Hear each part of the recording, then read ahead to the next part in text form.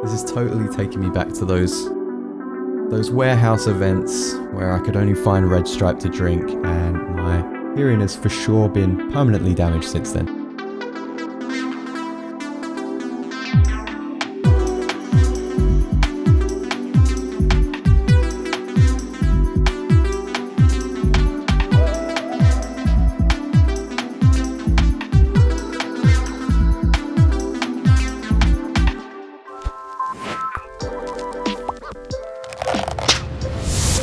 What is up, guys, and welcome back to another episode of Inspired By. My name's Will and I make an assortment of music under the moniker Hush Child. In today's episode, I've had a lot of fun revisiting my raving days of acid house. And today we're going to be covering some of the TB303 sounds of Jacques Greene. He's got a new single out and an upcoming record later this October. This episode is sponsored by DistroKid, so huge shouts out to them as always. They make it so easy to get your music on all the streaming platforms and upcoming playlists as well. So I'm starting off this project with just a G major 7 and an F major 7. We're in the key of A minor, and we're starting off with this chord pattern here.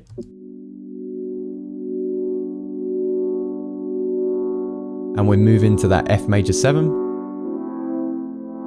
And that's the whole tune essentially.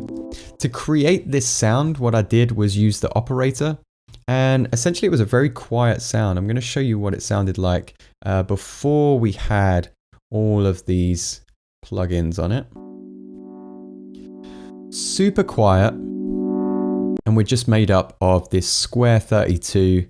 We've got some noise in here with this turned off. We can hear the noise.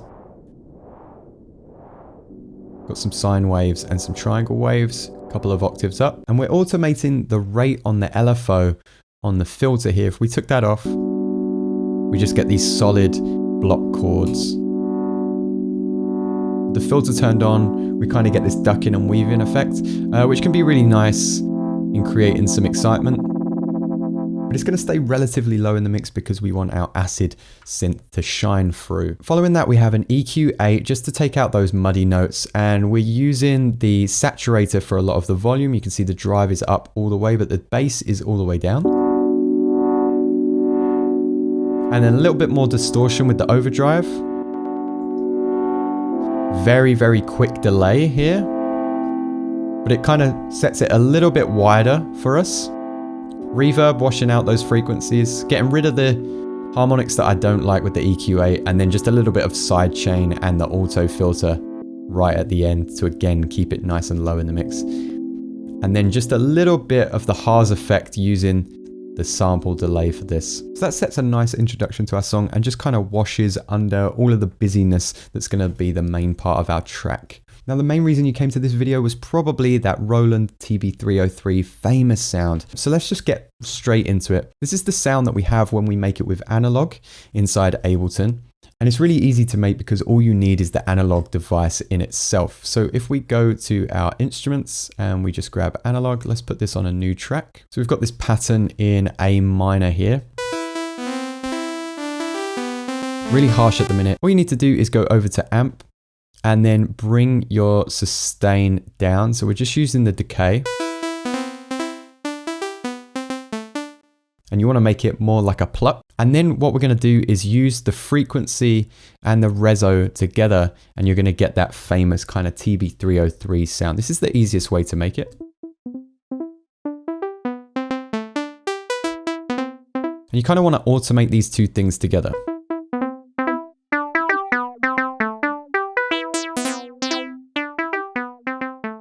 So the easiest thing that you could do is obviously put this in a group and then assign these to the same macro.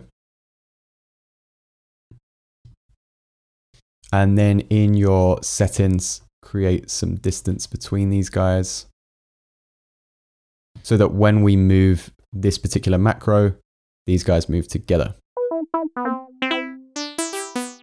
So a nice easy way to create that TB303 sound. I wasn't loving it. But what's better than making something from scratch in your software than finding a device that emulates it for free? So that's what I found with this instrument here. It's called Use BL303. It's completely free for Mac and for Windows and essentially does everything that you need it to do. I have it on this second track here and this is what it sounds like. That's what it sounds like with all of the effects that I have on it. I'll just play it with the dry signal to start off with.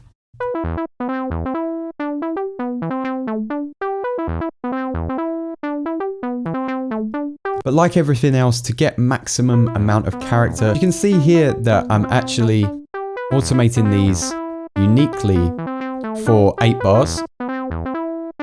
It's going to get higher over this side. So I found that that works really, really good. It's got 2 settings, one the sawtooth wave and one with the square wave. But I really liked it on that sawtooth.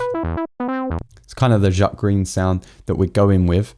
And then I just applied the amp, which gave it a real boost in the treble to this instrument. So we needed a little bit more character, so I added the delay. I've used that first setting again, as we saw with the chords. That gives it some width. Reverb. A ping pong delay. Take out some of the muddy notes.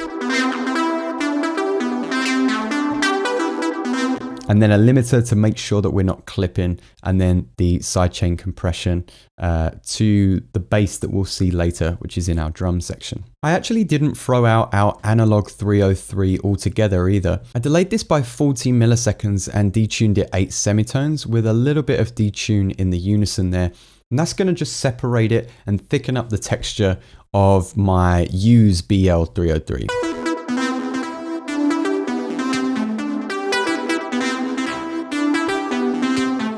So it gets a lot more exaggerated, a lot more distorted as I bring it through the filter towards the end of the loop. Super aggressive, unmistakable characteristics. So the only thing that was left for the rest of my track was the drums in the style of Jacques Greene. One of the things that I had a lot of trouble with was this 808 sound, and maybe I'm misrepresenting the 808 sound. Maybe you can help me out in the comments. I initially made it in Serum, and then I froze and flattened the 808 that I made in Serum, just so I could see it visibly on this track, and just added a transient master, super hard so it stood out, glue compressor, and then EQ'd it. So we got this little sound. It was something that I was hearing in the bottom of Jacques Greene's track, I Won't, and it kind of replaces a bass line. There's not really a bass or a sub that I can hear, but we get this little pattern that sits under the drums. And I actually added it to my drum group in this family of instruments because I accidentally assigned it to the drum bus, because I really like the way the drive of the drum bus and the crunch brought this little 808 pattern out of the mix a little bit more. Aside from that, we had the kick, tambourine and snare with a little bit of reverb on there.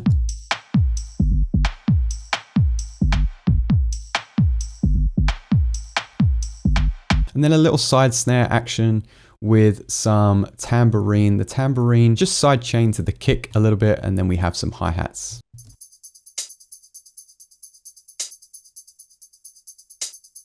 Let's play the drum section together.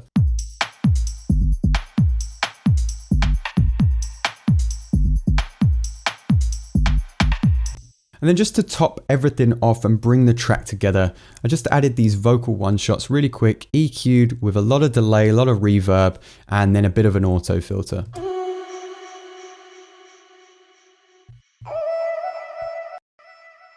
And that can kind of sit under everything. Now you've got some context. Let's play it as a whole arrangement, and hopefully you'll be able to go about recreating this or creating similar sounds for your own music. As always, the stemmed audio will be available at the Patreon, as is every other episode that we've covered on the series. If you've enjoyed this episode, found it helpful, do give it a like, subscribe if you haven't already. I'll see you guys next time.